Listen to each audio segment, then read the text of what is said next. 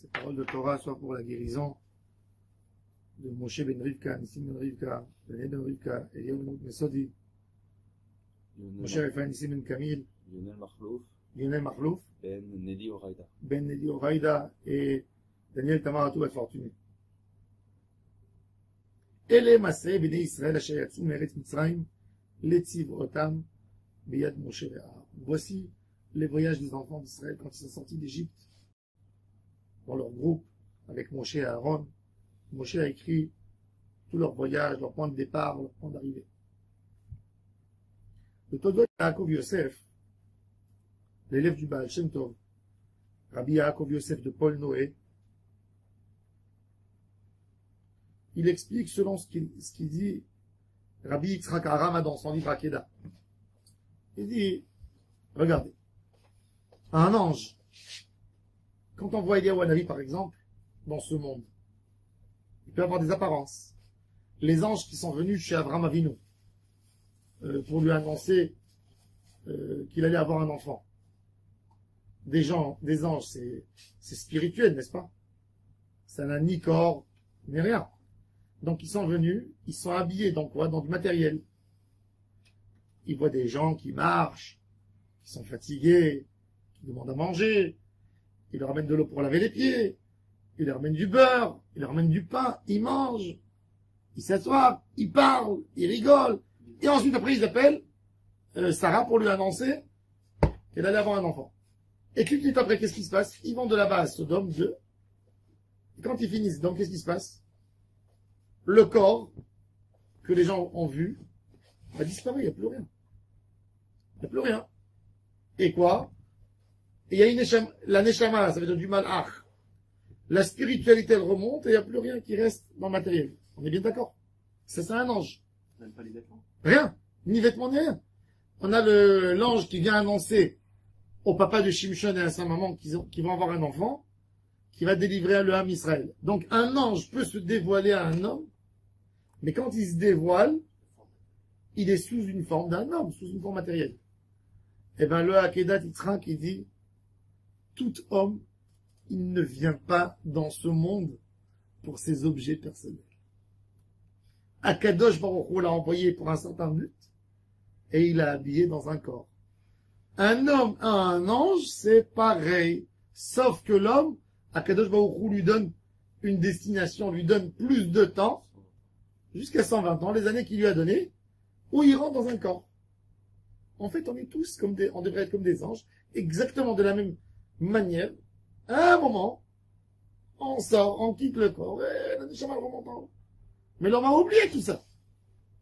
Il a oublié. Et il dit le Todot Yaakov Yosef, Ele Maseh bnei Israël asher yatsu me'eretz Mitzrayim. Il dit Maseh bnei Israël, les enfants d'Israël, les enfants d'Hachem, dans le monde entier, tout homme. C'est un Ben Israël. C'est un enfant qui est descendu Nishmat Israël de l'endroit des Neshamot, qui est l'endroit le plus pur, l'endroit le plus spirituel possible. Et il est rentré dans un corps exactement comme le Malach. Il rentre dans un corps avec un but de faire quelque chose. Et Akadosh Baruch Hu lui donne toute une liste qu'il doit faire dans sa vie, une liste de missions. Et l'homme, quand il descend dans le corps, il oublie qu'il était un ange. Il oublie sa spiritualité. Et il croit que tout le Icar, toute la vie, c'est quoi? C'est le moment où il est maintenant, lui, dans la vie. Il dit, non, c'est pas ça. Et finalement, il veut même pas rentrer, remonter en haut. Il fait même pas sa mission. Alors il dit, Akadosh Baruch Hu nous dit, Letziv Otam. On est le tzava d'Hachem. Sivrot Hachem. On est l'armée d'Akadosh Baruch Hu. Il y a un but.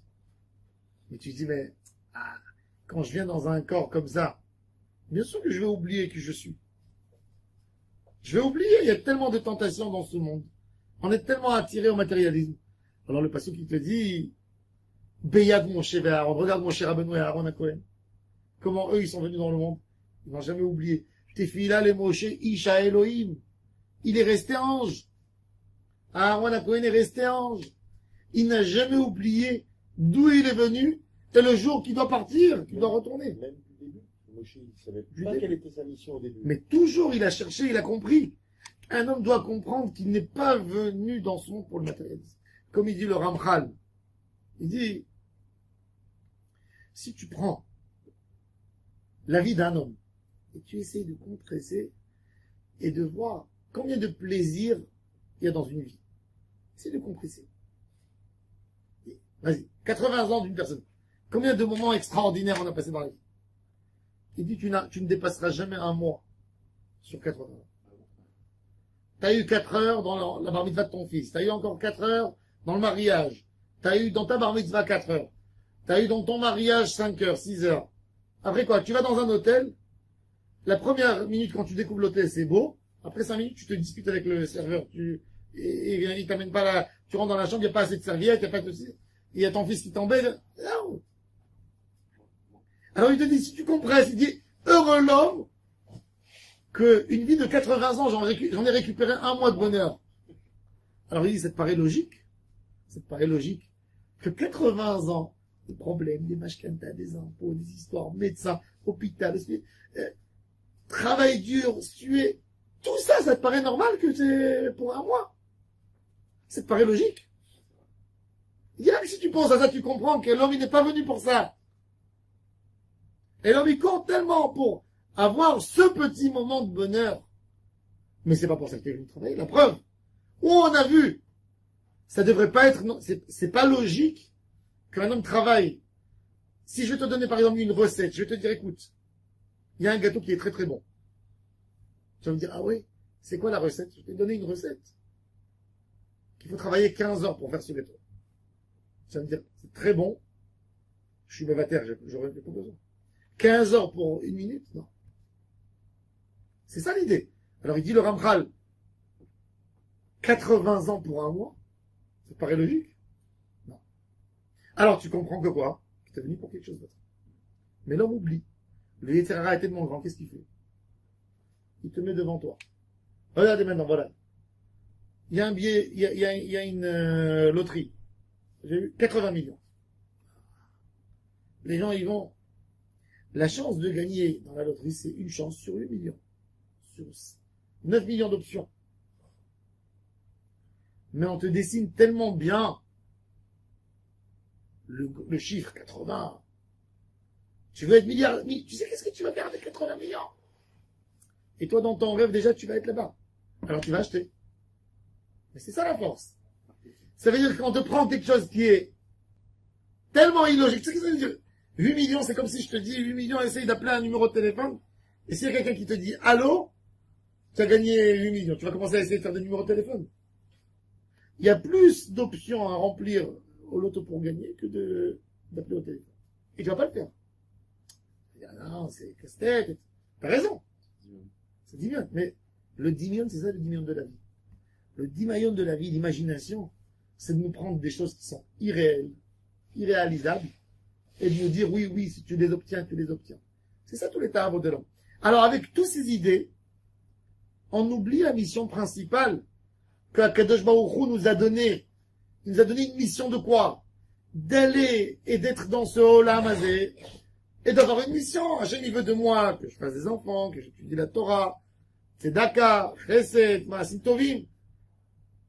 Et j'oublie, et je me colle. Alors il dit, ça c'est le Maasai. Et il dit, ça c'est l'idée. Tout l'union des Massaot de la vie de l'homme, le voyage, c'est savoir que c'est Alpi Hachem. Alpi Hachem. Il y a un but dans le voyage. Il y a un but dans le voyage. Quand on va en voyage, mais on ne sait pas pourquoi on voyage, c'est terrible. Quand un homme il prend un avion, et il voyage, il traverse l'océan pour aller quelque part, et quand il arrive, il dit, mais qu'est-ce qu'on fait de compte? Qu'est-ce que je devais faire ici? C'est terrible. Cet homme, il faut qu'il va voir un médecin, il a l'Alzheimer, c'est terrible ce qu'il est en train de faire. Il ne sait pas où il va. On a tellement peur pour des gens qui sont âgés, qui ne savent pas où ils sont. Ils ont une montre qui envoie un GPS pour dire où ils sont, un signe. Mais ça, c'est la vie de l'homme. Tu sais où tu vas. La Mishnah nous dit, Istakel bishlosha devarim, vei atabalide avera. Da me'ain bata, tout est venu. Ou Léanata Oler. Où tu vas? Elle est où ta destination? Tu cours. Oh, oh. Où tu cours? Où tu vas? Non, je cours. J'ai besoin d'aller faire maintenant tel et tel.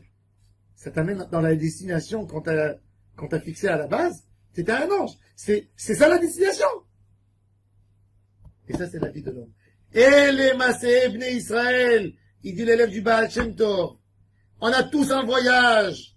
Akadosh Baruch Hu nous a destinés comme les anges exactement.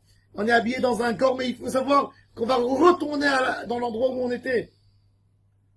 Ah, mais on peut pas. On rentre dans un monde de matériel. Non, pourquoi? Regarde Moshe et Aaron. Ils ont bien tenu la route. Alors maintenant, il faut que tu saches, c'est où tu dois arriver. Toute notre vie, savoir où on doit arriver. Où on veut arriver. Ça doit être le voyage de l'homme.